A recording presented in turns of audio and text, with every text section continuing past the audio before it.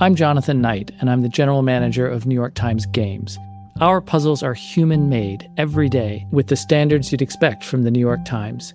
And this matters because when you choose to spend time with our games, it should be time well spent solving puzzles handcrafted for you.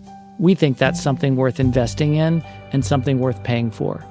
Subscribe now for a special offer on all of our games at nytimes.com/joingames. Before we begin today's show, we're going to be doing an Ask Me Anything episode quite soon. So if you have any questions, email us at ezrakleinshow@nytimes.com with the headline AMA.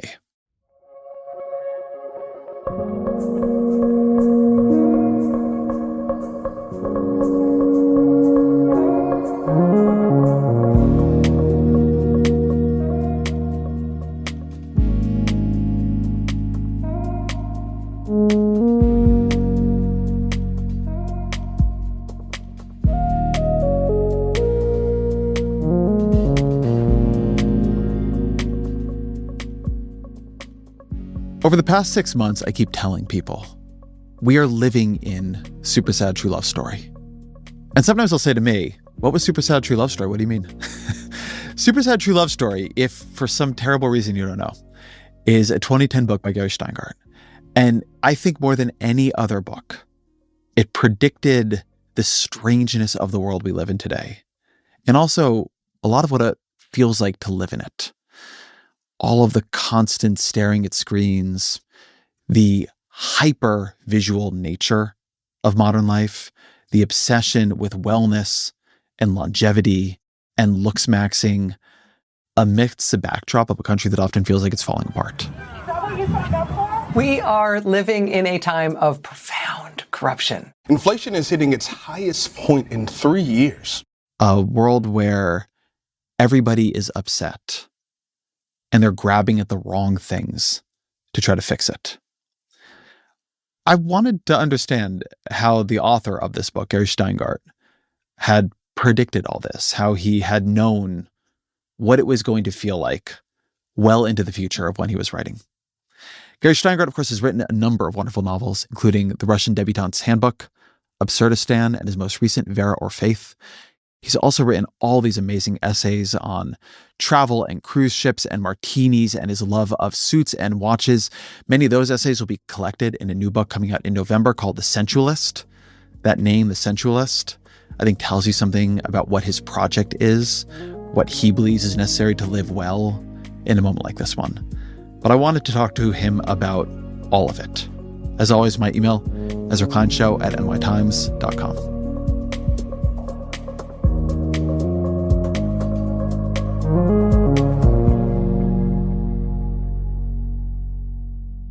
Gary Shteyngart, welcome to the show. Great to be here, longtime listener. So I've said to many people in my life that when I look around right now, I feel like I'm living in the world of super sad true love story. So for those who haven't read it, can you just describe the world you create in that book? So everyone carries a device called the apparat, which wherever they go, it constantly ranks them. But, you know, the sort of the germ of super sad true love story is that the main character, Lenny Abramov, will walk into a bar or restaurant and immediately he is ranked as, say, the 23rd ugliest man in the room, right? That's his thing. At one point he walks in and he's the second ugliest man in the room and the ugliest man can't take it and he leaves so that Lenny becomes the ugliest man in the room. You're constantly being ranked everywhere. You're being ranked even as you walk down the street. There's giant credit pulls that showcase your credit for, you know, you can tell Gary has 600 out of 800 points in credit. He needs to save more. So even on that level, the society is so intrusive that it tells you need to save more. Some people need to spend more. It just constantly wants to keep people in equilibrium. Women are very sexualized, even more so than in our world. America is run by a kind of, well, fascist leader who has started a war in Venezuela, etc. So a lot of familiar stuff is happening.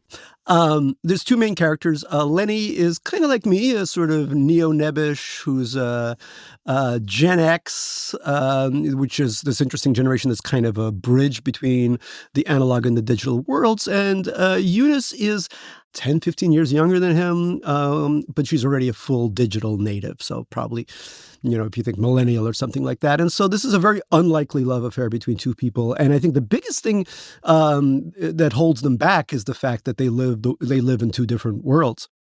So the thing that made me start thinking a lot about Super Sad True Love Story has been the omnipresence of Bryan Johnson, the longevity influencer, Clavicular, the looksmaxxer, and the way that streaming culture and looks and ratings and everything, hypervisual culture, all seem to be now holding our attention in a way I don't remember happening before. So as a guy who wrote a book about all this as the future at one point, how does this look to you? The book was written about mid-aughts, I would say. It came out in 2010.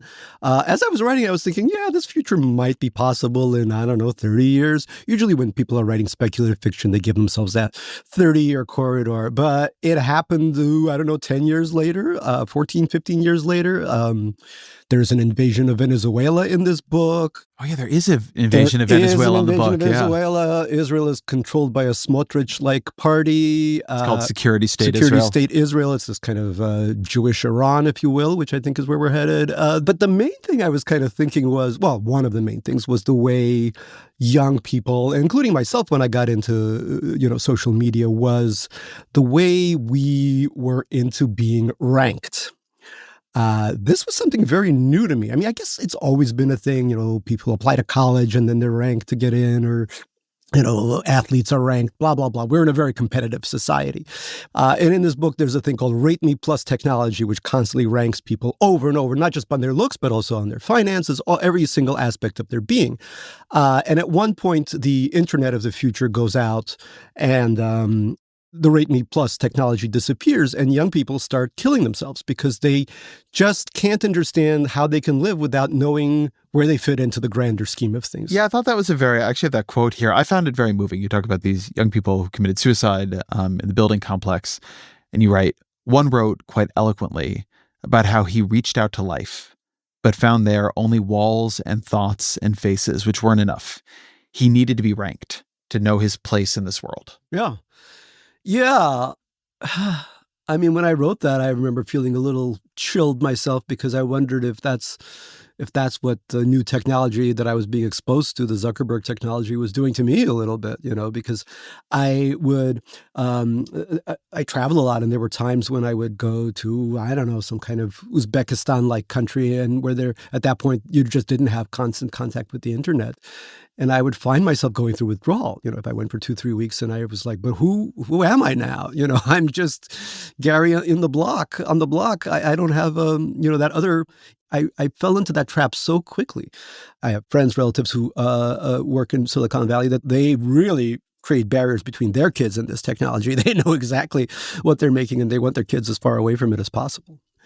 And look, none of this is 100% new. Ever since civilization began, there was, the head caveman and the lower caveman and blah, blah, blah. So we know that there's always been a hierarchy, but the need to know to the infinitesimal decimal point. It was funny. My preparation for some of this was going to a super competitive high school in New York, Stuyvesant High School, which was all full of immigrant kids like myself. I'm from the Soviet Union. Kids were from Soviet Union, East Asia, South Asia, etc. And I, to this day, 86.894 was my average at Stuyvesant. And I remember it. This is the shocking thing to the 1,000th decimal point.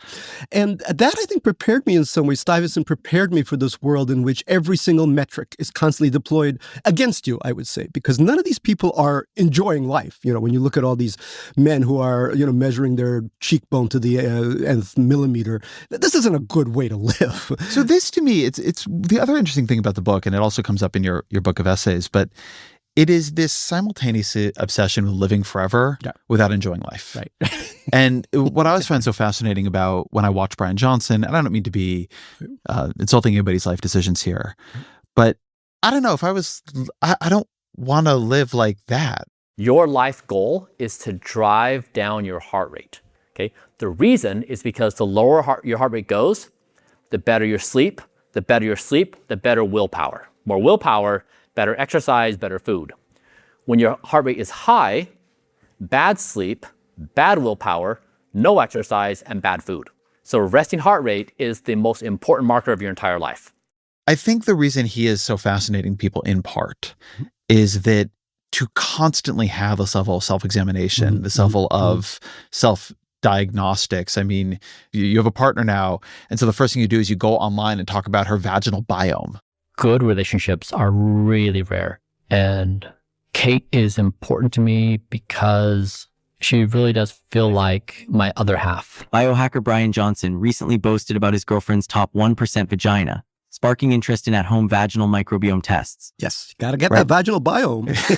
Clavicular, who it's like you've divorced getting hot from the point of getting hot, right? He talks about how he can't have a girlfriend given the life he leads. He is not fertile. Wait, why are you infertile right now? So it's just like a negative feedback loop when you're, not needing to produce testosterone anymore because your body realizes, okay, we're getting it from an exogenous. So you're not producing any testosterone naturally? No. None? No. I'm not taking TRT, bro. We want to live because we want to enjoy. We want to be hot because we want love and children. And this severing of all of these urges from the things the urges are supposed to do, this severing of the pursuit of desire from the thing the desire is supposed to... It's incredible. Taking testosterone to look good, to attract a mate, but at the same time, taking all this testosterone causes shrunken testicles, which probably will not allow you to propagate. So, these things are completely at odds. And at the same time, it's almost like a perversion of whatever strange biological instinct we had. Clavicular is one of my favorites when it comes to this because he's just really funny, unintentionally so. How important is it to you to also make the girl have an orgasm? Not important. How come? Well, because, the amount of extra effort that's required to do that is just not going to really have much ROI. So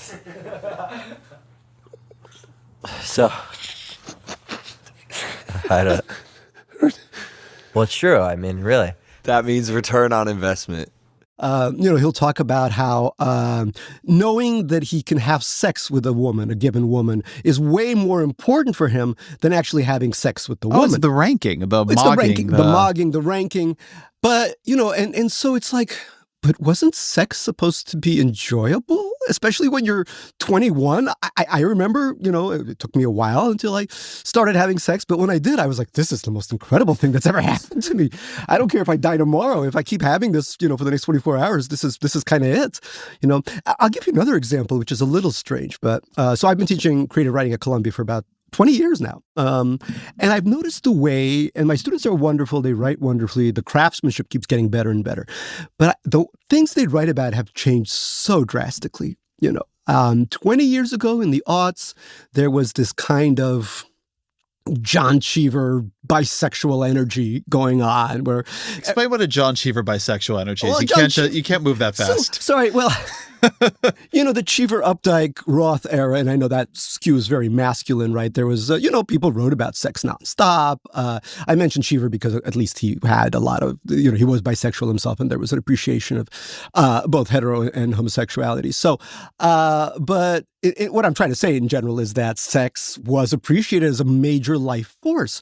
When I read the wonderful things that my students submit now, there almost is no sex and no love, and almost no pleasure. I have a collection of essays coming out in November called The Sensualist, which is all about my love of pleasure, but in millions of contexts. There's sex in there, there's food, life is an endless buffet of pleasure.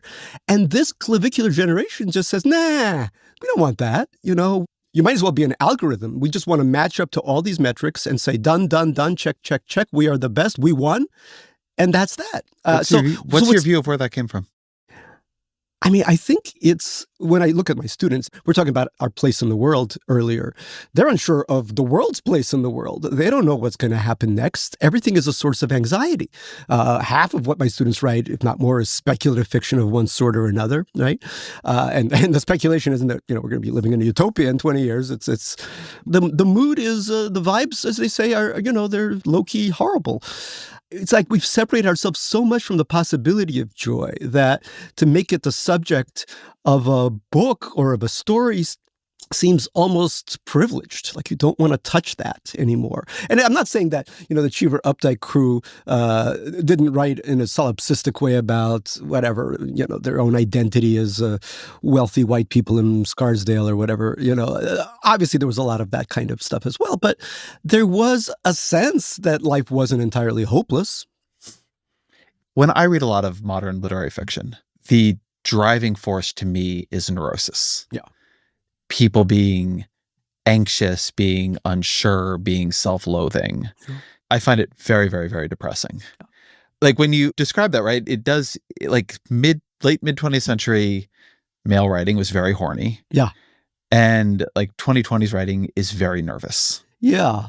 Yeah, my students call this the sad girl novel. And there have been some amazing sad girl novel. The Year of Rest and Relaxation is probably, to me, it reads like a really cool, smart, and funny version of that. Mm-hmm. I think sometimes what I lack, and not always, but what I kind of look for in the neurosis novel is a sense of humor that almost leads you into a path of joy.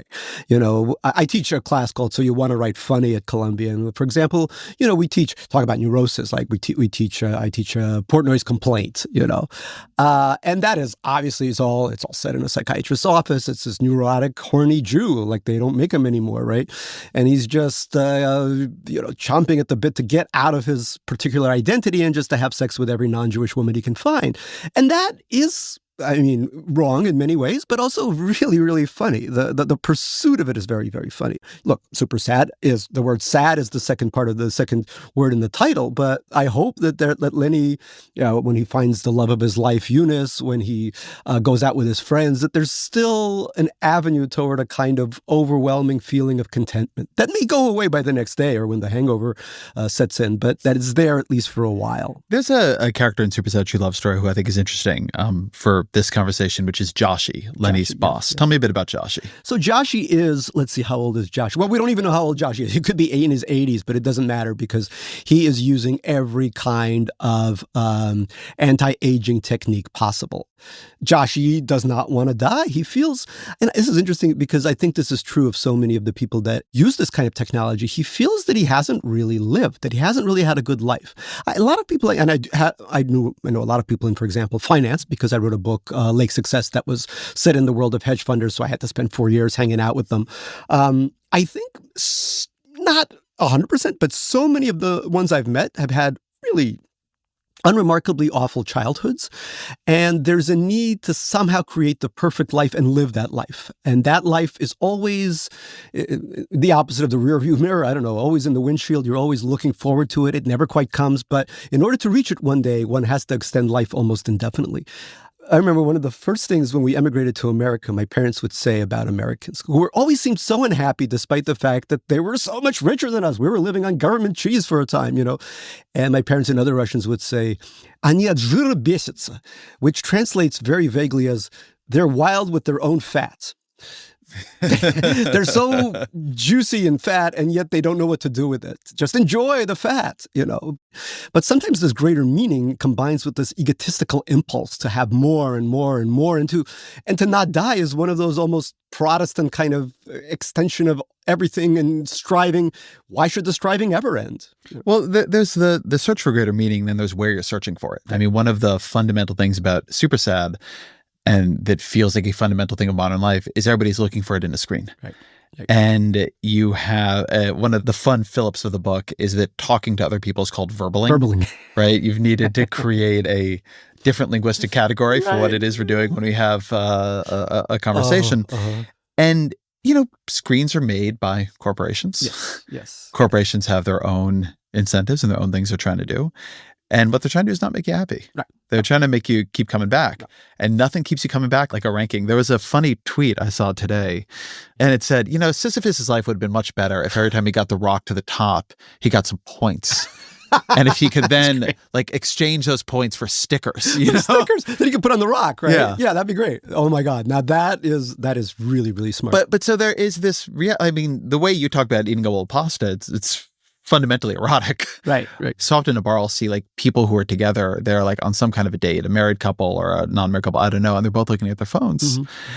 And there is something about a very unfulfilling but very compulsive world, like beckoning, that I think is an enemy of enjoyment. There's a lot in there. So verbaling is very hard for members of younger generations. I know COVID messed them up as well. Obviously, people in Generation Alpha, my son's generation, that didn't help, obviously. But I think verbaling is just, well, it is what it is. Letting sounds come out of your mouth as communication is very hard for people to do, much harder than obviously sending emojis or shortened text messages, et cetera, stuff like that.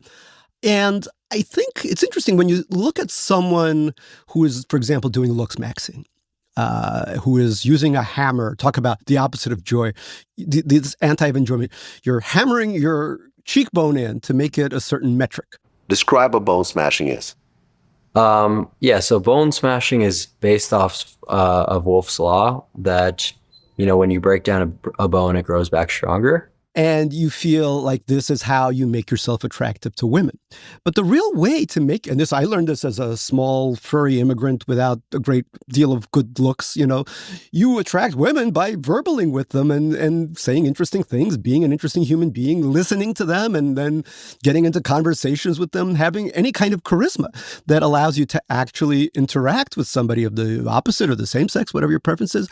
And this is like, no, we can't do that. We can never achieve that level of being interested in another person or even being interested enough in our own interiority to access that kind of level of interaction. So we're just it's hammer time. We're going to get that hammer and just chisel ourselves. There's been a fascinating recent trend among Silicon Valley types where they're on a tear against interiority. Right. You had Mark Andreessen talking about how he doesn't want to have interiority. He doesn't want to have introspection, which he described as looking backwards, which not quite what it is, but nevertheless.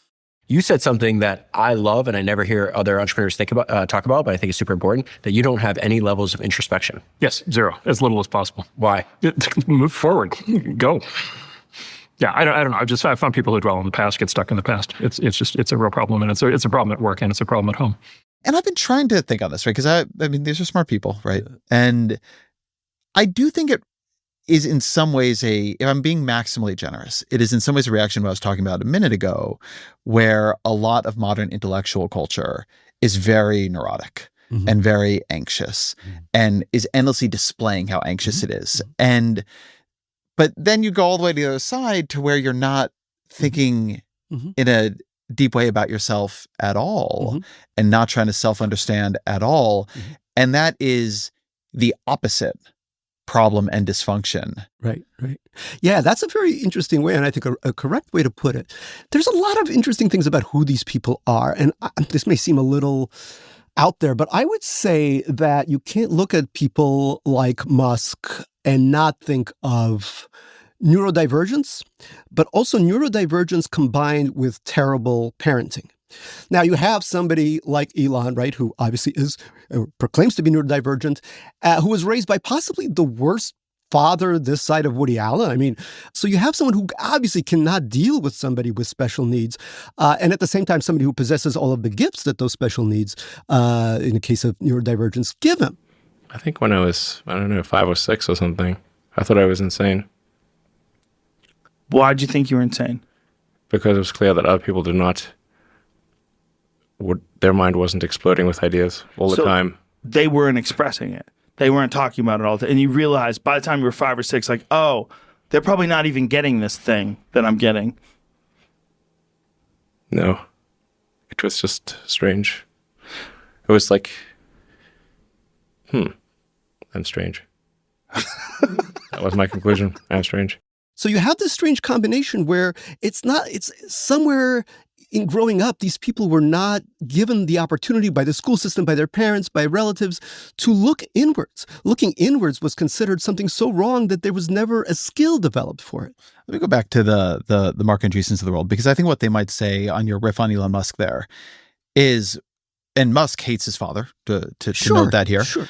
But listen, it created the greatest industrialist of our age, the richest man in the world, a guy who is able to put reusable rockets in space. Isn't that success? Isn't that what humanity needs to go forward, even if the New York literary class doesn't like it? Let me tell you this. I do think that Space colonization really is not something I'm terribly interested in. I don't think going to Mars is going to answer any of our problems. I don't think we'll ever live on the kind of scale we live in. We have a really nice planet here, which we're destroying. We really don't need to discover, the marvels of Mercury anytime soon, right? So a lot of this is complete bullshit as far as I'm concerned, that part of it, right? Now, of course, electric cars, etc., all that stuff is very good. And if anything that Musk did that was good was Tesla, which now will be probably brought to scale by Chinese automakers, right? That will make it cheaper and possibly better at some point. But when I look at what the great industrialists of the world have given us lately, and have the last 26, 25 years, 30 years, have they been really that great in terms of just life? Let me bring it down. I know that perhaps if you're living somewhere, if you're living in Kenya, far away from Nairobi, and you have a cell phone, a new technology, right? That's really helping you in a way that not having a cell phone would have hurt you 30 years ago. But at the same time, this is not a happy life that's been wrought by these wonderful industrialists who create screens and algorithms that make us, that have destroyed my life to a very large extent. I write at a much slower clip. I don't write as introspectively as I used to. I am as addicted to, and by the way, please follow me at Shteyngart on Twitter, Instagram, Blue Sky, Substack. I mean, it never ends, right? This never ends. So why are you on them then? Well, it's part of the marketing. Is it? Absolutely, it helps. You're a big deal, man. Do you actually need to be there? I don't think I'm that big a deal. No, I still need it. Everyone needs it. But the point, and I do get that dopamine kick from it. Yeah, I think that's the more honest answer right there. Well, both profit and dopamine. Let me say this. When I started writing Supersat, the aughts, mid-aughts, I didn't know much about this technology. But I had this great intern, and he got me into, he was very young, into Facebook and, what was it called? MySpace, I think was the thing, right? And the moment I got on it, I thought, this was the germ of Supersat. I thought, this technology is going to destroy everything. Why did you think that?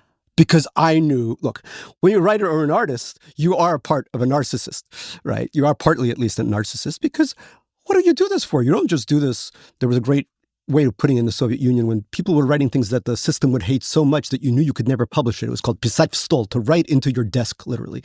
That is the highest level of writing, right? Because nobody will see it. But I did not want to write into my desk. I wanted the world. I was this, like I said, small furry immigrant, strange sense of self. I wanted people to read my books and say, oh, look at this. These people exist too, But when I saw MySpace and Facebook, I thought, everyone's a writer now. There are no barriers. Now, on the one hand, that sounds great. Woo, more democracy than ever, right? Everyone now is Aristotle, or everyone will express themselves. But then I lived for about half a year more on those platforms. And I thought, this is just garbage. We're on this all the time. Half of what I read are complete lies. Lies seem to get more clicks. I'm now addicted to this to the point where it's hard for me to start reading and finishing a book. And books are the best way to get inside into interiority, because what is a book? It's a communication between one consciousness and another. I love film and theater and TV and all this other stuff, but this is the fastest. This is like a mind-melding Vulcan technology. You're in somebody else's head. And somebody who's completely different from you, hopefully. So when I started using that, I thought that this would be a problem for personalities, especially personalities like mine, and for the rest of society. I'm very influenced by this thing Ryan Broderick has said, who's an internet writer. He talks about it as a porn theory of the internet, that all content now, or at least a lot of content on places like TikTok and Instagram, what it's doing is creating an instant surge of sensation, right? I see this even when we're creating like clips from the show. We need it to make you feel something immediately. Yes. It's like the way like porn evolved on the internet, but now it's like, people like, pulling apart cheese sandwiches right? Like you got to feel angry or curious or hungry or something immediately. Yeah. And you're again, like writing this some time ago, there's a section in the book where Lenny is reading from The Unbearable Lightness of Being to Eunice, and book by Milan Kundera. And you write, or he writes in the book, I felt that Kundera had put too many words around the fetish for her to gain what our generation required from any form of content. A ready surge of excitement, a temporary lease on satisfaction. I mean, now you hear everybody talking about how like kids can't follow a long book anymore. Everything is too long. I mean, that's all really there in that book. So as somebody who writes books, somebody who's clearly thought about this a lot. How do you think about what it is doing to us as a country, as a collective, as a world, when we get sort of trained to expect that the things we see will immediately create a reaction, a sensation. Oh, absolutely. As opposed to something we have to follow along and interpret ourselves. I have now started I realize that if I post something on Instagram, at Shteyngart, if I post something on Instagram, and then I start reading something, it's impossible. Because I will, every 2 pages, even if I'm reading the most incredible, I was reading this incredible New Yorker article about Ukraine. Ukraine obviously is a subject that I'm very involved with. And I couldn't every 3-5 minutes. Well, who liked that? Oh, look at that. I thought this person never liked me, but I guess they like me. Oh, Salman Rushdie liked this. Wow, life is really good. I mean, do I think that there's a future in long form fiction? I think it's going to be very much just, speaking of fetish, like a very small, tiny group of people that do this. And most people simply will not have. Even today, I think something like 47% of Americans have read a full-length book in the last year. So this is obviously going to be a very minority position. But when I write myself, what do people in California call it, or in Silicon Valley call it, the end user experience? Like, for me, because I hope I write funny, I think the humor is the thing that gives you that little hit. It keeps the reader hopefully somewhat attached to the page. So this is this interesting thing, right? Like, does writing have to, I don't know, will we have books that explode while you read them in order to get your attention in the future? That could be a great technology, or it releases a plume of smoke or something. So like, oh yeah, right, I got to get back to it. There's an interesting tension around that in the book, because one of the other main characters is Eunice, who is a much younger partner of Lenny. And Lenny is a writer and a reader, and he has actual physical books, which is a bit of a gauche thing to have in that world. And they smell bad, and they smell musty. Yeah. And, not to spoil too much of any of the book, but at the end, when some of their communication with each other has been discovered by others, it's Eunice who is considered like the great writer, and she is internet addled. Everybody is texting on a service called Global Teens, which is very funny. But I actually thought that too when you're reading it. Like, her writing is much more, in a way, vivid because it is less self-conscious, right? You can read Lenny writing to be read. Right. I mean, there's nothing worse than reading the journal entries of somebody who wrote a journal, hoping somebody would one day read their journal entries. Right. And you can, I mean, those get released a lot. Right? Oh, yeah. Oh, my God. That's half of literature. That's half of literature. Yeah. And there's a lot of life in the writing that comes without that self-consciousness. Yeah, absolutely. And that's, this is, sorry, I keep talking about the craft of writing, but hopefully listeners won't mind. But it's this idea, when we start teaching a workshop, what I'm looking for in the first paragraph, the first page, the first chapter, is a sense that there's a really active voice that's unlike any other voice I've read before, and that has something to declare that's so desperate to declare. They need to do this or they won't survive in some ways. That's maybe overstating the case, but some sense of that kind of, call me Ishmael, you can't look away from that. And yeah, Lenny's voice, Lenny is almost in some ways a kind of, he thinks of himself as being very literary. He's actually not a writer per se, but he thinks of himself as journaling a lot. And so he, a lot of what he writes is very much meant for a certain kind of Brooklyn reader or Brookline Mass reader, let's say. Whereas Eunice is, what I loved about writing Eunice was that she wrote in this completely global teens way. Everything, she's buying this, she's buying that, she's buying clothes, she's looksmaxxing in her own way. And at the same time, she has an ability, especially as the novel continues, to look more inwards and to see the dichotomy between what this society wants from her and what she wants to be.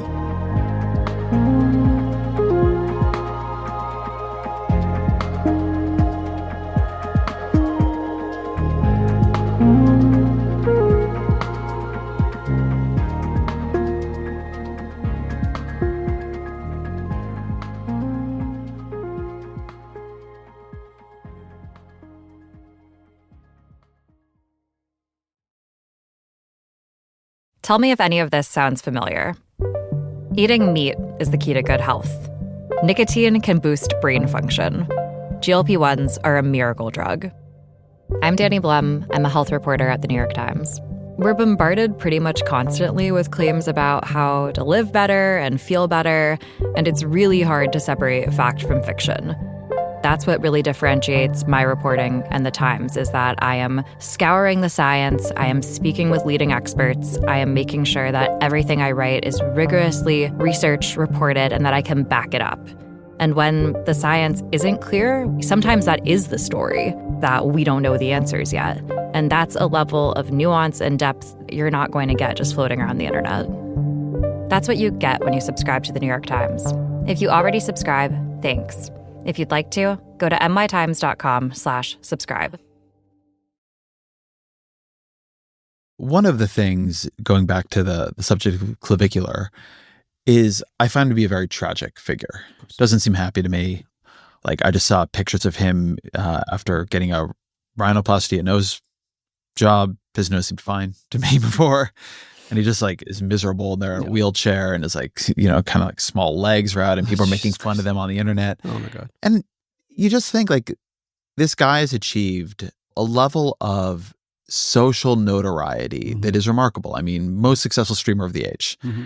And how much happier he would probably be if he had never touched it.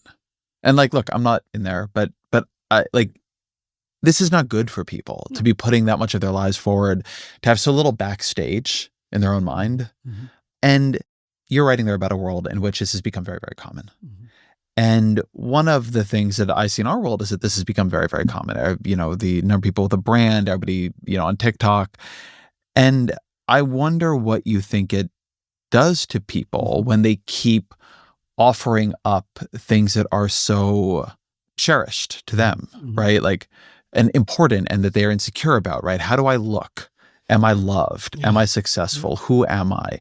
And they keep giving it out to the public and saying, what do you think? What do you think? What do you think? What do you think? And then they're dependent on what the people around them think. Yeah. Since I'm mid-Gen X, we grew up sitting around bars, talking to each other, counseling each other, helping each other. Everybody had different things they could do. One friend could really write a great CV. Another friend could do something else really well for you. We really were a small village unto ourselves. It was just wonderful. Did we get into fights? Yes. And breakups, etc., all this stuff. But we were still a wonderful unit. I don't think these people have that on that level. What our society has done, what these platforms have done is that they have made being mentally ill a very profitable thing, being openly mentally ill a profitable thing. And I think that reaches up to our commander-in-chief. There is this sense that if you flaunt the fact that you don't know what you're doing, you're completely out of it, but you do it in this way that combines humor and trolling and all this kind of stuff, it's almost like a carnivalesque atmosphere. Look, I'm completely crazy. I'm beating myself up with a hammer, and people will pay for that. They will pay for that. But what happens to that person is nobody cares, right? If tomorrow he OD'd, I don't think even his followers would care. They'd be like, okay, that was interesting. I'm gonna find someone else who beats his his nose with a hammer or whatever. That's interesting and a very grim way to put it. Like that these relationships that they feel real, but they're not real. They're not real. They're not real. And again, people will say, well, Gary, or the Horowitzes, these industrialists will say, but Gary, you're living in the past. Society moves on. And in fact, if you think social media did anything to destroy the sense of people hanging out in your bar, talking to each other, rubbing elbows, hitting on each other, if you wait till AI enters the chat, and then you won't even need friends. You'll just have 6 or 7 AIs hanging out with you, possibly helping you as you pleasure yourself, so you don't even have to, save time, just you can get it all without even leaving the comfort of your own bed, the concept of bed rotting, etc. So I think they would say, we're only getting started here. Now, this creates interesting challenges on a political level because nobody's having children in the development. I don't even know what you call it anymore. the opposite of the global south, the global north. Nobody's having children. Wealthier world. The wealthier world. East Asia wonderfully leads the pack. I go to South Korea a lot because my wife's Korean American. Nobody's having kids there. If they do, it's one kid. I say this is also with someone with one kid, but nobody's replicating themselves in those societies. Tell me what you see when you're there from that perspective, because the low fertility rate is happening in the background there of super sad. Yes. And it's clearly been something you've thought about for a while. So when you go to South Korea, which is a society that is now, if trends continue, it will shrink geometrically. Yes. It'll shrink very, very, very fast. Yes. What's it like? It's amazing because, well, first of all, if you're if you're into technology, even if you're like a dystopian version of that, it's all technology all the time. There's a waste basket that says it's honored to accept your waste. I mean, it never ends. Everything's the Internet of Things. I remember I did a piece for Smithsonian where I went to visit, Korea. One of the ways they advance is that the government decides, now we're going to do this. Now we're going to do flat screen televisions. This is decades ago. So they became, LG, Samsung took over the market in that. The last time I was there, it was like, we're going to take over robotics. Obviously, robotics is a thing. So I went to this way outside of Seoul, and I went to this place where they were creating bull robots. Bull robots? This bull, you stood there with a red hanky and this bull would charge you. And they're like, yes, we're trying to corner the toreador market in Spain because people don't want real bulls to die anymore, So we're developing these toreador bulls. And this bull looked pretty fierce, And I'm like, Jesus Christ. It's like there's no end to it. Every single part of our lives is going to be replicated. But when you hang out with people in South Korea, they are exhausted. They're exhausted, and they will drink. As a Russian, I can drink, but nobody drinks more than people I've met in Korea. They will drink themselves into a stupor and then talk about how, at work, I'm on the B team. I want to be on the A team. I'm glad I'm not on the C team, but being on the B team isn't great either. The metrics are even more finely attuned than they are in America. And then, but when you're also working 80 hours a week, and if you have kids, you have to put them through these schools to get into a university that will take up half your paycheck already.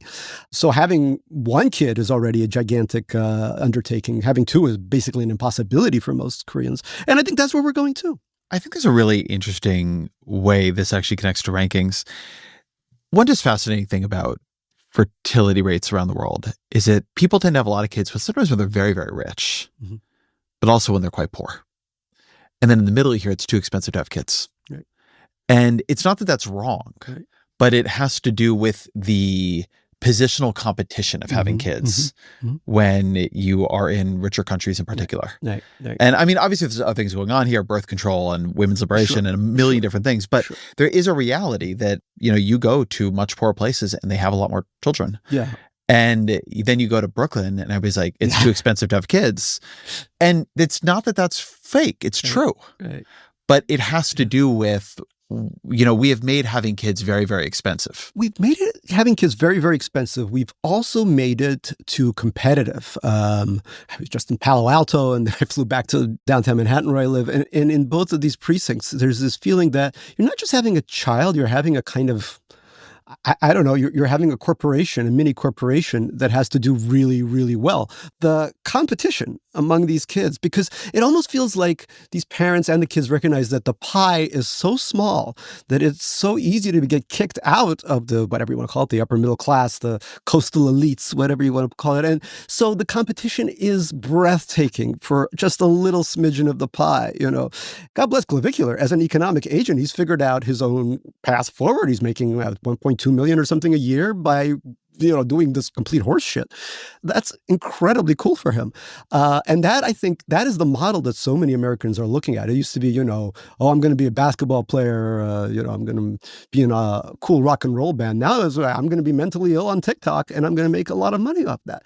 People are trying to, and you were talking about this earlier, trying to sort of commodify their own sense of grief. There's like grief maxing now where people talk on, about all the grief that they've suffered, which I guess is called a novel, but, right. But now it's also a TikTok. So, but again, these kids that I'm looking at, what happens to them? I know parents who are decamillionaires, centimillionaires, and they're still incredibly worried for what their kids will do. And so this isn't fun for the parents. It's not fun for the kids. It takes away, it recreates that sense of metrics that creates for claviculars down the line. I find this very frightening. I have a first grader and another one who'll be in kindergarten next year. Yeah. And I know it's coming for them. I know it's coming for them and for me. So there's a sadness to this for me. I look at my son like studying his Pokemon card binder every morning, which it's not for anything. It's not for anything.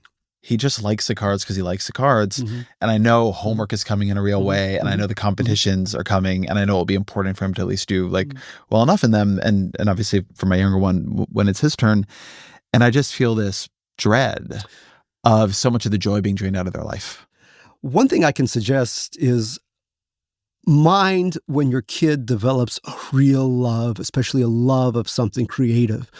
My son loves composition, musical composition, loves it. And he's going to school next year, during the weekend that will, prep him for, if he wants a career as a composer someday. I don't know, maybe AI will do that too. But he loves it. And this, I think, he's sitting there in a class. He may like the class, he may not like the class, but he's humming to himself.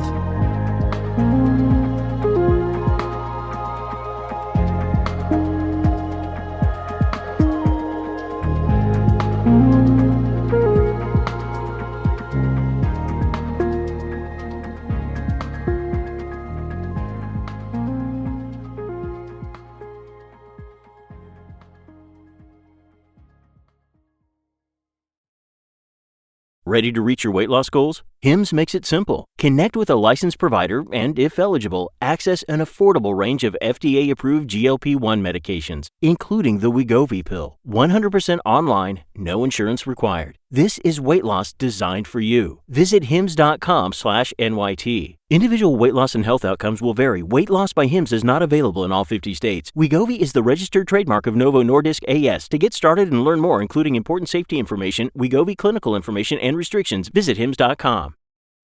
Hey, it's Noah Chestnut from The Athletic. If you're into games and sports, pay attention. I'm going to give you 4 sports terms. You tell me the common thread. Ready? Axle, loop, Lutz, Salchow. That's axle, loop, Lutz, Salchow. This one's like medium hard. The answer is figure skating jumps. Now, what if I gave you 16 different terms and you figure out how they come together into 4 different groups? If you're up for the challenge, you'll want to check out Connections Sports Edition. It's a new daily game for sports fans. There'll be some that are going to stump you, some that make you laugh, and some that remind you when you were a kid watching sports for the first time. Connections Sports Edition. To play today's puzzle, go to theathletic.com/connections. I think this is like an interesting bridge to this book of essays you have coming out called The Sensualist. And, you could really see this in Lenny. You can see this in some of your characters over the years, that it feels to me like one of the arguments you've quietly been making and then making more loudly in your nonfiction is that it is a radical act to, in a bodily, physical way, just enjoy this life. Right. So first, what is sensualism to you? Well, first of all, it's not even just about the senses. It is, in a more Buddhist or meditative way, if you want to take it that way, it is enjoying what's happening in the present moment. I am, I bet, right? Very nice pander. But also, I know that there's some probably Buddhist listeners out there, and I love all of you. I do a little headspace here and there when life requires it. But I do. I was walking here today, and mostly I'm in the summer upstate, but I came down for this interview, and I'm walking down Broadway, and I looked up, and I'm just noticing these beautiful mansard roofs of some of these buildings. Now, I spent half my year in New York. I forgot all about these mansard roofs. I'm like, damn, somebody did something right architecturally. New York is such a hodgepodge of good and bad architecture. Maybe that's one of the things that makes it such a cool city, is that it's not beautiful. It's just this melange. Michael Kimmelman, when I moved here, which was only a couple years ago, I read Michael Kimmelman, his book called The Intimate City, and he says the beauty of New York is the juxtaposition of this with that. Yes, this with that. That's this with that. And that allowed me to see the beauty of New York. It was like a single sentence that reshaped how I looked at a whole place. This with that. This with that. So look, I agree with that. Wonderful man, wonderful lunch date. This and that. I'm going down the street, and this and that is creating a fear of great pleasure in me. Is it one of the senses? Yes. This is sight, which is probably the most boring sense. But I am, if you had to rank them. If I had to rank them. Well, it's the most obvious one. But, recently I got a dachshund, which is the world's best dog, clearly. And this giant sausage, completely out of control. Bernie is his name. I dedicate the Sensualist to Bernie, my furry sensualist, because he is a very sensual dog. And his great sense is smell, obviously. So he will walk down the street and there's a corner where every dog pees on. And he approaches it like a Talmudic scholar, and he sniffs here, he sniffs there. Yes, Rocco was here at 12:30. That's right. Let's remember that. He loves, and his tail is wagging away. He's just enjoying the hell out of life. He enjoys this more than, he loves food, obviously, but food is, so we all have this part in us that is able to enjoy things on this crazy level. Most of it is free. Some of my hobbies are slightly expensive, but most of this stuff is wonderfully free. It's all around us, So the more I live, also, I find in some ways that this sense of ambition that, that younger people have diminishes in some good ways.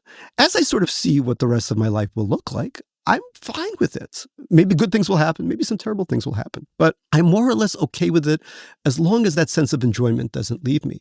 The other thing that I talk about in The Sensualist is that two of my most sensual friends have died recently. And it was remarkably sad, obviously, to watch them die of cancer in their early 50s in my generation. Incredibly sad.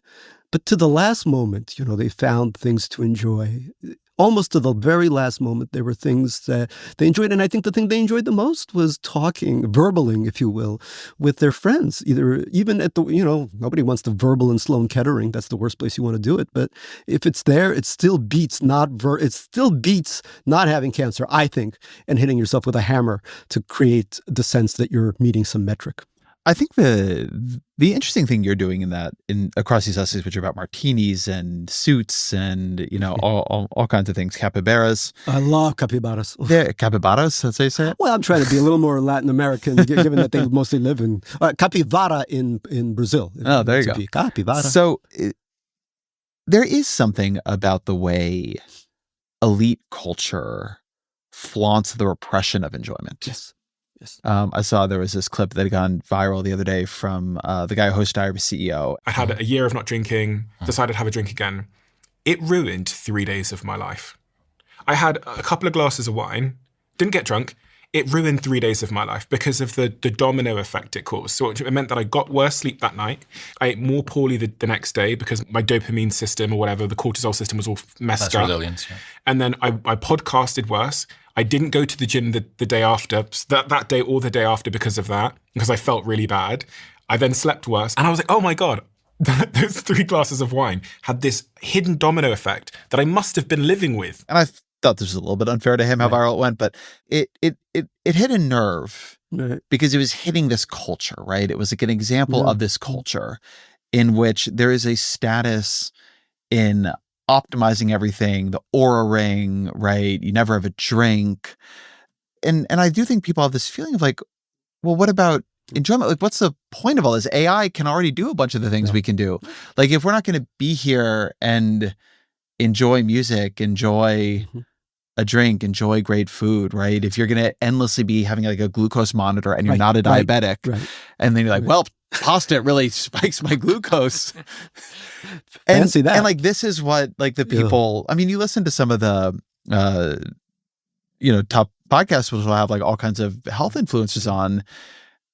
And I'm not saying necessarily even that they're wrong about what they're saying. Sometimes they are, but it just sounds so joyless. I was watching something go around the other day that was like from the study, and it was like, turns out that doing 12 air squats every 45 minutes is like better for you than like running to whatever it was. It's like, I think, I don't want to say I would rather die than do 12 air squats every 45 minutes. I don't even know what an air squat is, so I'm probably ahead. Yeah. But it didn't seem like a way to live. No. I think, the other way I could title a book about current state is no way to live. None of this is a way to live. May I posit, and I don't know, there could be some blowback or pushback on this, but that this is a problem for us as Democrats, Is that, because so much of this is a part of what you hear and see in elite democratic precincts. This isn't, just, Silicon Valley obviously has a lovely fascist wing now, but there's still quite a few people who are democratic in some way or another. But the one thing about Trump, humor is always, even when it has this very nasty edge, it's seen as a kind of joyous thing. And he would belt things out, and then he would, and people listened. Speaking of Trump, Emily Nussbaum, I think, wrote the best piece ever on that when she wrote in the New Yorker about Trump really stealing, appropriating, as they say, the humor of sort of Jewish Borscht Belt comics of a certain period, right? And then using it for his own evil purposes. So I think a lot of the other Trump wannabes try to do this. Many of them fail, but there is that kind of motion. Trump is a sensualist. Trump is in some horrible... He loves a pretty room. He loves a pretty room. Thinks a lot about interior design. Loves a good musical. Oh, that's right. Right. J.D. Vance is not a sensualist. Marco Rubio is not a sensualist. Right. Trump is.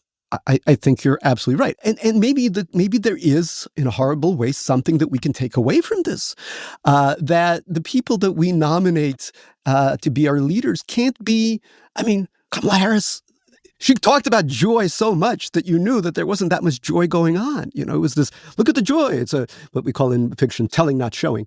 Joy, but we need leaders or candidates who can evince not just the unhappiness of what everything we're confronting, from, climate change to inflation to the mess that's going to be left to us when the president leads. And that's not easy to do because we've so programmed to this idea that we have to democracy max and we have to be constantly, talking about all the terrible things instead of talking about the things that give us pleasure, the things that we love, the parts of community that make life livable. There's a lot I want to say in response to that. One is, and this I think is fairly bipartisan, transpartisan, this sort of elite display of discipline. Yeah. It is a positional competition to show that you are like optimizing your body within an inch of your life and your mind, and you're never, you're how much you're reading and you're, and look, I'm not saying by any means I'm free of this. Right. The other side, which I think is more specific on the left, is that pleasure is problematic for all different kinds of reasons, right? Maybe the things you enjoy are not politically like as centered. The jokes are too gauche, right? There's like a million reasons, but I do not find that people are comfortable admitting to a lot of enjoyment. It's the discourse is critical, not appreciative. Yeah, and I think this is a Protestant country. There is this kind of Protestant background, and many of the immigrants that come here, including my own family, right? They are Protestant in a sense too, that they live to work instead of working to live. That's part of the sort of the coda. So it's very hard for people to appreciate things that are that bring you joy, because joy itself is kind of suspect. Well, do that on your own time. Don't talk about that. Just leave the joy out of there, I think people miss the idea of being able to talk, in my case, write about the things that I love, There's so much pleasure in the writing is almost the second pleasure I get when I try to think about what all these things mean to me, and I get to sort of live in that world for a while. I was just in Spain with my kid, my wife, and I was showing him Andalusia, this which is considered the poorest region, or one of the poorest regions of Spain. There's this wonderful, I think I was listening to this on a former podcast of yours where we were talking about, how Mississippi is richer than almost every European state. Well, I have spent time in Mississippi. Mississippi, if anything, reminds me of Russia, where there's a couple of super rich people with gigantic houses and pools, and then there are people living in conditions that, almost anywhere in the world would be seen as very poor. And the medium of that becomes whatever that number is. I'm sorry, the average of that, not the median, becomes whatever that number is. You go to the poorest region in Spain, life is beautiful. I'm not saying that it's completely free of poverty, but the communal connections are so strong. The things that bring people joy are so celebrated, whether it's wine or a large midday meal or people having sex with each other, and then talking about it and loving it. They love their culture, even though statistically they're making half of what Mississippi makes. It doesn't matter. They're 3, 4, 5, 6, 8 times as rich as we are in almost every other context. Say more on this. So Because, I mean, these numbers are true, right? Like I've looked into this debate, and it's not just averages, it's medians, and you can cut this a lot of ways. Like we've gotten a lot richer than Europe in this country. But, this is a thing we've actually been exploring on the show recently. We've just gotten a lot richer than we used to be. Right. Maybe not as much as we could have. And people hate the way the economy feels. I mean, everything is incredibly expensive. The prices are going up. They feel nickel and dime. They can't afford a home. So there's a lot that your wages, your income does not say about how life feels. Some of this can all be like resolved down to economics, but some of it can't. When you say people are 6, 7, 8, 9 times richer in these places than we are, despite the wealth differential, why? Well, look, for example, if you're living in Southern Europe, you could be very content with 600 square foot apartments where you live. Could be 2, 3 people are living. Stuff that we in America would, especially outside the larger metros, consider a horrible way to live. This is complete poverty. How can you live in such a small space, not have a backyard, often not have a car? I'm using Spain as an example, but it applies to others. But Spain is has one of the most wonderful transit systems, both within cities and interconnected transit systems. Everything you need costs a lot less. So you don't need to feel like you have, in some ways, America and China have more in common because there's such a lack of a safety net that people need to save constantly in order to be able to make sure that if things do turn against them, that they're not one paycheck away from complete bankruptcy. If they go over their deductible on a horrible medical bill, that they're not completely bankrupt. All this stuff doesn't exist in a place like Spain. That's where the wealth is. The wealth is being taxed at a different rate, obviously a much higher rate than we are, but also knowing that these aren't real problems that you're going to face. And Spain also figured out the fact that the Spanish are also not having any children, that actually, if they let in a certain amount of immigrants, life is even better. Now there's people working for less, doing more, and the society keeps expanding despite the fact that they should be shrinking. It's not that crazy. You just have to be a little less xenophobic, and you have to figure out the things that really mean something to you. Is it having a 4,000 square foot McMansion, half of which you don't even see?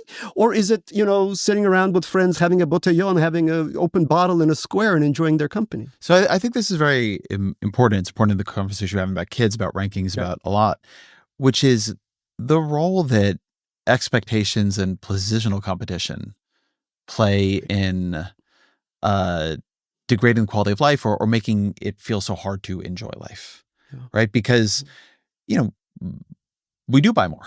We have more air conditioning here. A lot of people die in Europe every year because of heat, right? That doesn't happen here nearly to the same degree. We have gotten, we want bigger homes. In much of the country, we want cars, right? New York is like a little bit unusual in that. But the way in which like the treadmill of what the trappings of a good life are, and then you look around and you're unhappy and you're atomized and you're, far from family and you live in a place you didn't quite intend to live in. And it is, I think, this feeling, and I think it's quite poisonous that you did everything right and this wasn't how you were told it would be or feel. And like, there's never a resting space. Right. Look at all the young people who voted for Mamdani, who used it, I think in part also as a protest vote against the fact that here we are, professionals in New York, and we can't afford to live on what we're being paid. This is a nightmare. I think it's since the Thatcher Reagan years, there's been a project to destroy as much of the middle class as possible and to create a small, obviously that's not how it was stated, but that was the effect of it, I think, was creating an upper middle class and above that still has access to stuff, and then obviously people who are living in some degree of precarity. That's what's been happening, and I think that creates the need to find even better rankings. But there is still a sense that life can be slow and pleasurable. And I think that's all I really want out of life. I think that's all I really wanted. Growing up, I had very few friends. I didn't speak English. Once I started making friends, and once I started enjoying my life with them and learning to create distances between me and my parents, I am more and more ready to spend my life not just thinking about happiness, but actually being happy, because I know how to do it. I know how to do it walking down Broadway, looking up at a Mansard. What is your advice on how to be happy? It's not even advice. It's the advice is, again, I'm not trying to, suck up with this Buddhism, but the advice really is present moment living. It's that simple. But also not saying no to things that are against the Protestant thrust of this country. So if it's 4:30 p.m. and a Negroni beckons, you're all by yourself. Oh, one shouldn't drink alone, obviously, but the day is beautiful. There's sunshine. There's people walking by. And you sit down by yourself at the bar and you order that Negroni and you sip it. Somebody comes up and talks to you. You talk back. You verbal at them first, maybe, in a non-aggressive way. You do all these. I can't believe I'm even giving this as advice. See, the thing you do is be in the present moment. Having read a number of your essays now and a number of your books, I think you search out beauty. And I mean, I take much of what you're writing in The Sensualist. I mean, you have this beautiful piece about like the perfect suit and the perfect martini. I've told you this before we started, but I feel like I got a hangover just reading your piece about your martini runs. Some of us may not have the same constitutions. Right. But I think this is important. I mean, I could say this in politics where I think we have sacrificed beauty as a political virtue and as a social virtue, and I think it has been a mistake. But I could just say it in life. I think it requires a certain navigation to seek out beauty, a certain intention to seek out beauty. Look, to counter some of my own episodes here, I do think some present moments are better than others. And I think decisions you make are meaningful. Trying to find ways to be in beauty, which it can be expensive, but I find Prospect Park to be like a place of extraordinary beauty in the spring and in the summer. But I don't know. I feel like you're making a real argument about this. So I want to hear more about the search for beauty. Oh, well, look, first of all, I don't know if this search needs to be as systematic as that, because one can also create a kind of martini maxing when one is, or suit maxing when one is desperate. The orientation towards.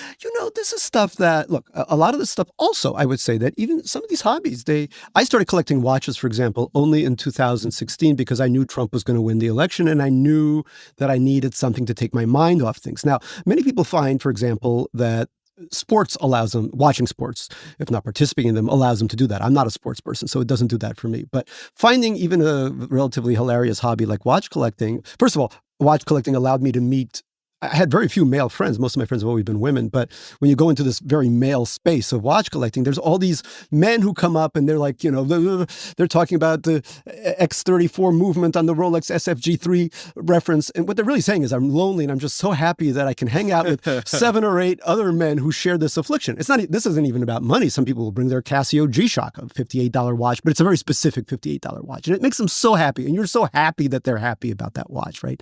So curation may be a part of it, but it's not even all of it. I'm just going to stop you because I'm going to actually ask a question and be dumb about this.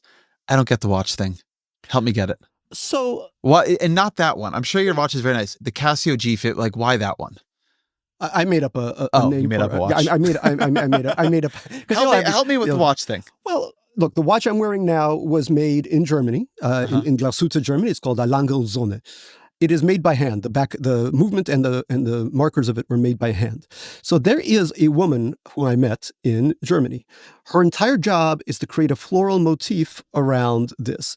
It is a work of art. She spends hours, days even, sitting there and freestyling this beautiful flower, right? And there's a number of workers there. Can I see it? Yeah. While you tell me about this flower? A number of workers there who make this. And there's a number of workers who create the striping called glasuta striping that creates so that when you bend the watch backwards and forwards, you see a different kind of shimmer across the dial. The back is much more interesting than the front. Well, exactly. Well, that's part of the. You want to be very. You don't want to show off in front. This is not a watch that anyone's going to rip off your wrist, But in the back, there's this secret. There's almost a city going on here, a vibrating city. When you watch them put the escape wheel, which is this thing that is spinning the balance onto it, and you see it spin, it's almost like it's been given a soul because all of a sudden this static movement has come alive and it's spinning. Different gears are turning. It's all mechanical. One of the other reasons I love watches is it keeps me from using my phone. Because one of the biggest things, I would take out what time is it? I take out my phone, and then I'd spend 7 hours on Twitter arguing with some fascists. And now I don't have to do that. Oh, it's 1:20. Done. How did you get into them? It's funny because I went to a very horrible yeshiva when I was a kid, and I was bullied all the time because I was the stinky Russian bear. I wore a giant shapka, the giant fur hat and stuff, and nobody was friends with me. But somebody, I guess my grandma, bought me a Casio Melody alarm watch, and it played all songs from around the world. This is when Japan was very ascendant and created technology nobody else could.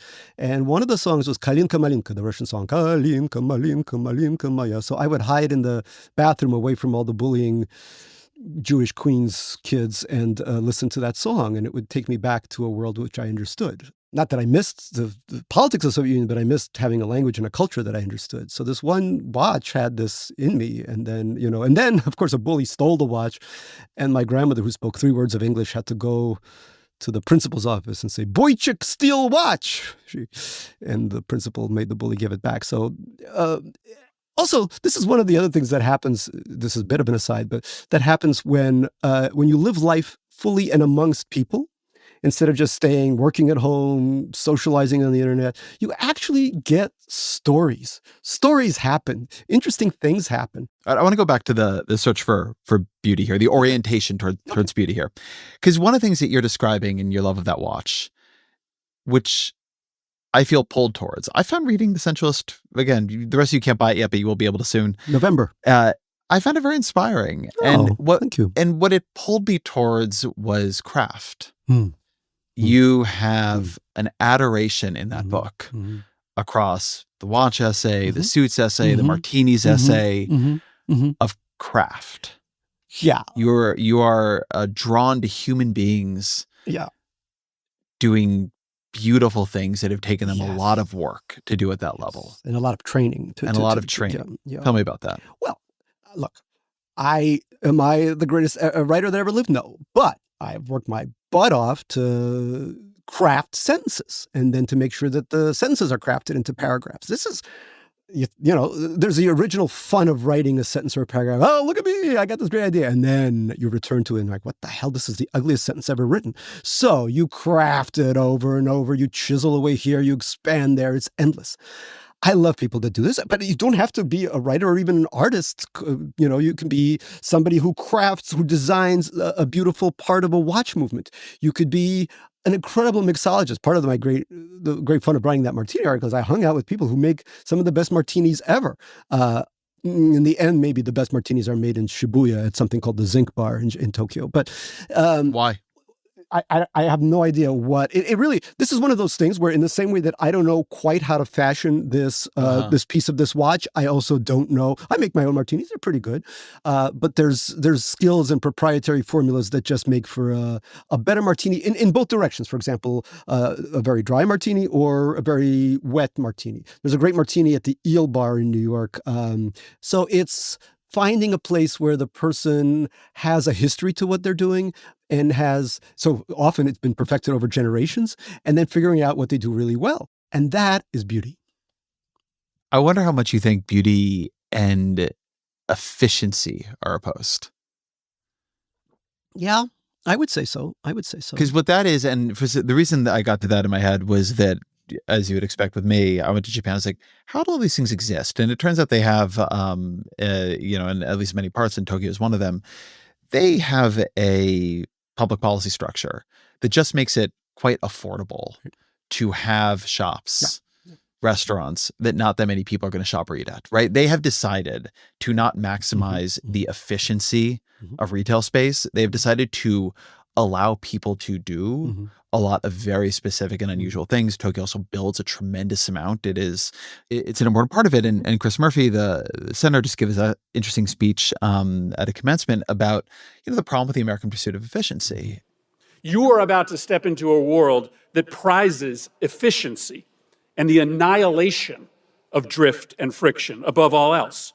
Every day, technology companies are rolling out new products that cut the time it takes to do everything in your life, from eating to shopping to dating, from getting one place to another. These aren't products designed to make you happier. These are products designed to make you more efficient. And it's not that efficiency is never good. It's often great. But the most beautiful things are not going to be efficient.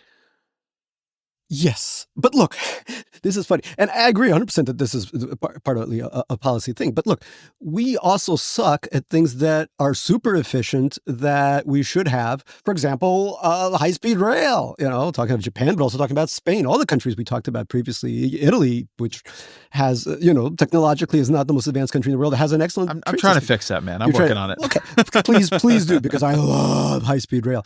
But my friends in Japan have told me several things. First of all, one is that in Japanese culture, craftsmanship and small store craftsmanship on a smaller scale has always been viewed as even higher than the merchant. In many other societies, the merchant class is above the craftspeople. The craftspeople and artisans are seen as being below that. So you want policies that sustain this kind of thing, right? There's just this great sense of pride in making very particular things as beautiful as possible.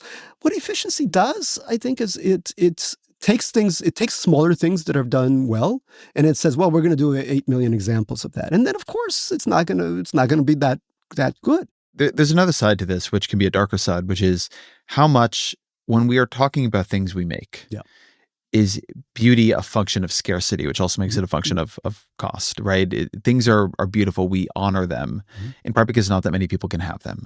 If the watch you had was mass produced and everywhere, it might be no less beautiful in some way, but it would not be rare, right? Scarcity creates meaning in things, and we do compete with each other. So how do you think about this relationship between what we give this kind of honor to and admiration to, the kinds of elite craftsmanship we're talking about, and its relationship as a positional good in some ways where we love it because there's not that many of it, and if there was more of it, we wouldn't love it as much?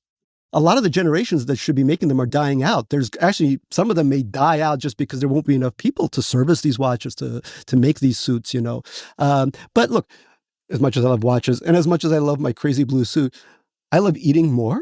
And I also think that is absolute artistry. You can walk around from Elmhurst to Astoria. I've done exactly this, and go from Nepalese to Filipino to Egyptian to Greek cuisine in a day. You can wander around and you can see people, grandmothers, their granddaughters making art.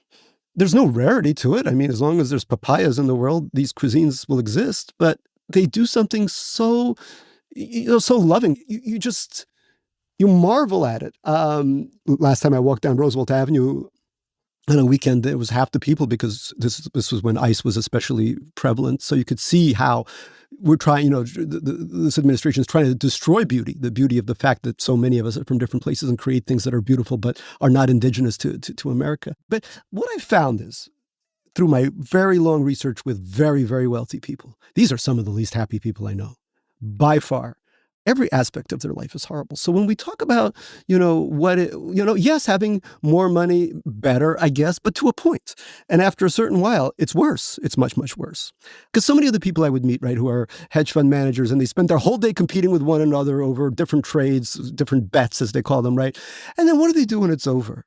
They go and play poker for $10 million stakes with each other. The competition has to continue forever, and there's no appreciation of anything else. You sit in a horrible club, you eat garbage, and you compete with each other some more. That's what America thinks is the highest level of success possible. You're so successful if you can do that you should probably run the whole country, right? I know the Sensualist is not meant to be a self-help book. I know you're not presenting yourself here as a guru. But let's say you're somebody who reads it or is listening to this and thinking, yeah, I don't actually seek out that much beauty in my life. You don't have a lot of money. You don't have, you're not, able to go traveling to the great capitals of the world. But what do you tell a student in one of your classes? It's like, where do I start? It's interesting. I think a lot of young people have already figured out that the life that the corporations are asking them to live is not a good life. And I think that's why, you'd think that, for example, we're talking about watches, you'd think this would be an old man's hobby, right? But often when I go to these very secret meetings of watch enthusiasts that happen in New York, they have to be secret because, if we all get robbed, it's the end of the world. But so many of them are super young, and they also hate their phones. They don't want to look at those things. They want to look at their wrist and see something beautiful on them. Every American metro has incredible inexpensive food that will blow your mind. People complain about Houston to me. This is the best Vietnamese food outside of Vietnam. Any city, even those cities designed for the car in the parking lot, even those have incredible moments of beauty. I was just in Uzbekistan, one of the poorest countries in the world. I've never seen cities that beautiful. Bukhara and Samarkand and Khiva, these are works of magnificence. To pass through them, wow. What an honor it is to be alive in the world and see things like that. I think it's a good place to end. Always a final question. What are 3 books you'd recommend to the audience? So I'm going to start with a book by one of my students. I love my students. Such good work. Columbia graduate a couple of years ago. The book is called Men Like Ours. Her name is Bindu Bansinath, I hope I pronounced that correctly, set in New Jersey. I love anything set in New Jersey. Talk about dystopia, right? That is the best. Really dark humor, but as dark as it is funny. I can't say enough about it. A second book was coming out, I think, in August, and that's by my mentor, Chang-Rae Lee, the wonderful Korean-American writer. A Tender Age, I think is the name of the book. There was an extra in the New Yorker. This, I think, is his most memoiristic novel. I think a lot of his own background goes into this. He meant so much to me, both as a teacher and as a friend and as a sensualist. He is as sensual as one gets living in Northern California. He's incredible. And the third book is Julia Yoffe's Motherland, which was a National Book Awards finalist, an old friend of mine, also Soviet-born, Moscow to my Leningrad. And it's a book about what the Soviet Union was ostensibly this feminist progressive society. But guess what? It treated women like shit. This book really helped me understand a lot of my own background and also about how what the Soviet Union did to people on every level, here through the prism of women, but also through Jewish women. It is a remarkable book. Gary Shteyngart, thank you very much. Thank you.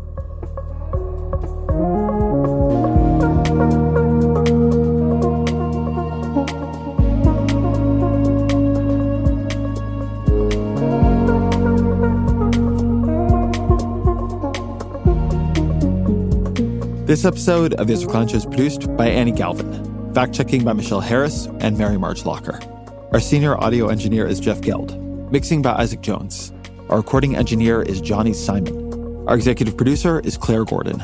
The show's production team also includes Marie Cassione, Roland Hu, Marina King, Jack McCordick, Kristen Lin, Emma Kelbeck, and Jan Koval. Original music by Pat McCusker. Audience strategy by Shannon Busta. The director of New York Times Opinion Audio is Annie Rose Strasser.